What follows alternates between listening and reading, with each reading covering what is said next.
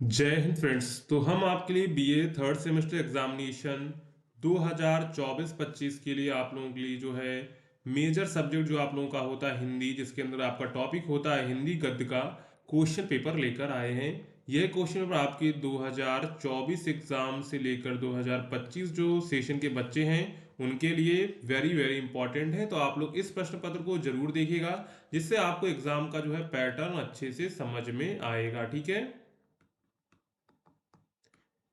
उससे पहले अगर आप चैनल पर पहली बार आए हैं तो आप चैनल को सब्सक्राइब कर सकते हैं, क्योंकि आपको यहाँ पर जो है आपके BA third semester fifth semester exam जो आपके आगे एग्जाम होंगे उनके लिए यहाँ पर आपको इम्पोर्टेंट क्वेश्चंस मिल जाएंगे, और साथ में आपको प्रीवियस ईयर क्वेश्चंस पेपर की पीडीएफ मिल जाएंगी। और इस पेपर की आपको पीडीएफ कहाँ से डाउनलोड करनी है वो भी हम आपको आगे बताएंगे।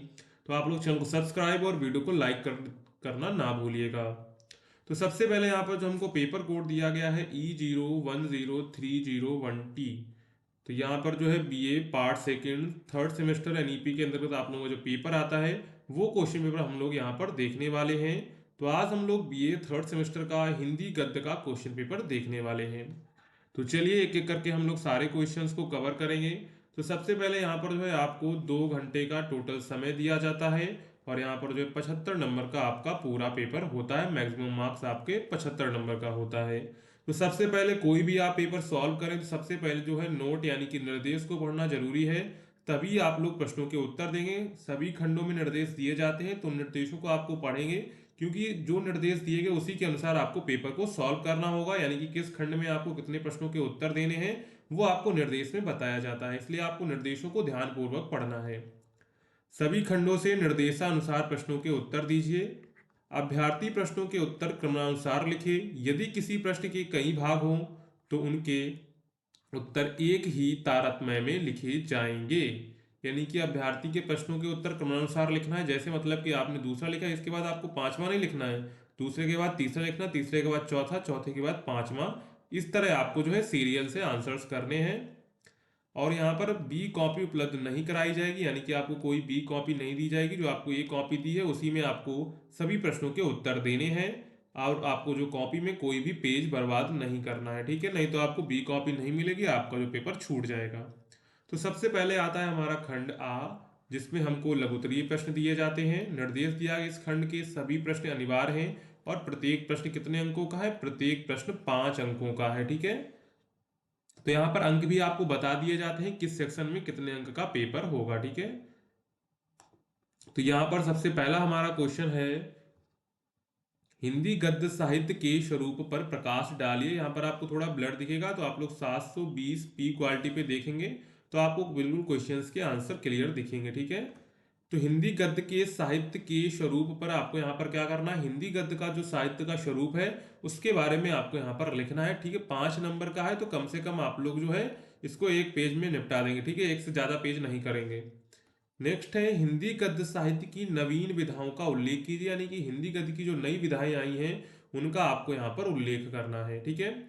नेक्स्ट है, जैसे रिपोर्टाज, ये एक नई विधा है। आत्मकथा और जीवनी में अंतर स्पष्ट कीजिए। यानी कि आत्मकथा क्या होती है और जो है जीवनी क्या होती है, उसका आपको यहाँ पर क्या करना है? अंतर उनमें स्पष्ट करना है। इसके बाद है, कहानी के उद्भव एवं विकास पर प्रकाश डालिए। यानी कहानी का उद्भव कहाँ से हुआ और इसका विकास कैसे हुआ उसके बारे में आपको यहाँ पर लिखना है। इसके बाद है क्वेश्चन नंबर 5, एकांकी और नाटक में अंतर स्पष्ट कीजिए। क्या है? एकांकी और नाटक में आपको यहाँ पर अंतर स्पष्ट करना है।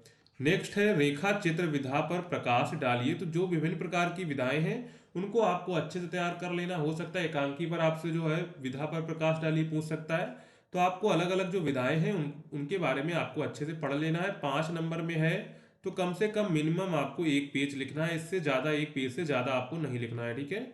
इसके बाद है क्वेश्चन नंबर 7, वृंदावन लाल वर्मा के कृतित्व एवं व्यक्तित्व पर प्रकाश डालिए। ठीक है, यानी कि सबसे पहले उनकी कृतियां लिखनी है और उसके बारे में उनके उनके जीवन के बारे में आपको लिखना है। इसके बाद है, पंच परमेश्वर कहानी का सारांश लिखिए। यानी कि आपके सिलेबस में जो भी कहानी है उनके आपको सारांश जो है अच्छे से आने चाहिए। इसके बाद है क्वेश्चन नंबर 9। तो क्वेश्चन नंबर 9 क्या कह रहा है? पर्दा कहानी में यशपाल ने किस समस्या को उठाया है? यानी कि यशपाल की जो पर्दा कहानी है उसमें उन्होंने किस समस्या को उठाया है उसके बारे में यहाँ पर आपको वर्णन करना है। ठीक है, इसके बाद आता है हमारा खंड बा, जिसमें हमको दीर्घ उत्तरीय प्रश्न दिए जाते हैं। तो यहाँ पर सबसे पहले जो निर्देश दिया गया उसको पढ़ना जरूरी है। निर्देश क्या दिया गया है, इस खंड से किसी एक प्रश्न के उत्तर दीजिए। एक प्रश्न का आपको उत्तर देना है।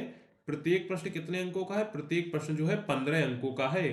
पहला प्रश्न क्या दिया गया है, वृंदावन लाल वर्मा कृत झांसी की रानी उपन्यास का सारांश अपने शब्दों में लिखिए। यानी कि वृंदावन लाल वर्मा ने जो कृति रची थी झांसी की रानी उपन्यास था, उसका सारांश आपको अपने शब्दों में लिखना है। ठीक है, इसके बाद इसी में आपको तीसरा क्वेश्चन दिया जाता है, हिंदी उपन्यास की उद्भव और विकास पर प्रकाश डालिए। ठीक है, उद्भव और उसके विकास पर आपको यहाँ पर प्रकाश डालना है। जैसे यहाँ पर दो उपन्यास, जैसे उपन्यास पर पूछ लिया, कहानी पर पूछ लिया, तो आपसे एकांकी पर पूछ सकता है। तो आपको ये जो विधाएं हैं उनके उद्भव और उसका विकास कैसे हुआ उसको आपको अच्छे से तैयार कर लेना है।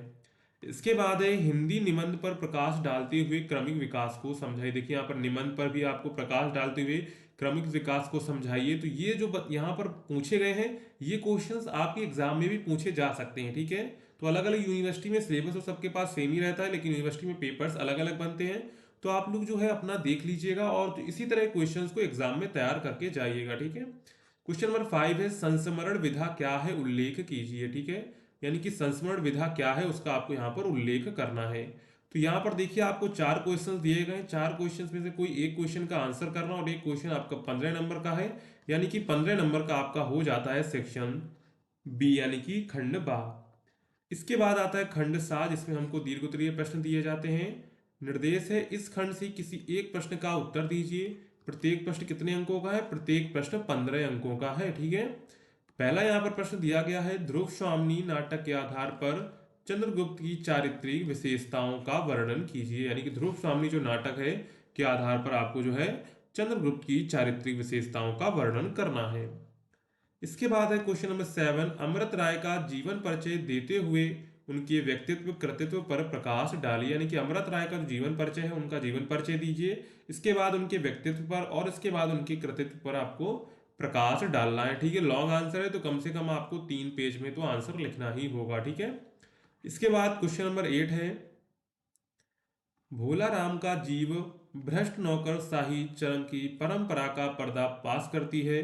इस कथा के माध्यम से कहानी की समीक्षा करनी है आपको। ठीक है, इसके बाद है लास्ट क्वेश्चन नंबर 9, गिल्लू को लेखिका ने किन परिस्थितियों में प्राप्त किया था। तो गिल्लू वाला तो आपने शायद 9th या 10th में आपके पार्ट था, तो इसको आपने पढ़ा होगा। तो इसके बारे में आपको लिखना है कि गिल्लू को लेखिका ने किन किन परिस्थितियों में प्राप्त किया था, उसके बारे में यहाँ पर आपको लिखना है। ठीक है, तो यहाँ पर ये पूरा जो है आपका बीए 3rd सेमेस्टर का हमने आपको यहाँ पर जो हिंदी का जो मेजर सब्जेक्ट होता है, जिसका आपका टॉपिक है हिंदी गद्य का, आपको यहाँ पर जो है क्वेश्चन पेपर दिखाया हुआ है। ठीक है, ये क्वेश्चन पेपर आपके जो है 2024-25 सेशन में जो बच्चे एडमिशन देंगे या फिर आगे चल के जो भी बच्चे एडमिशन देंगे पेपर्स देंगे, तो उनके लिए question paper very very important है।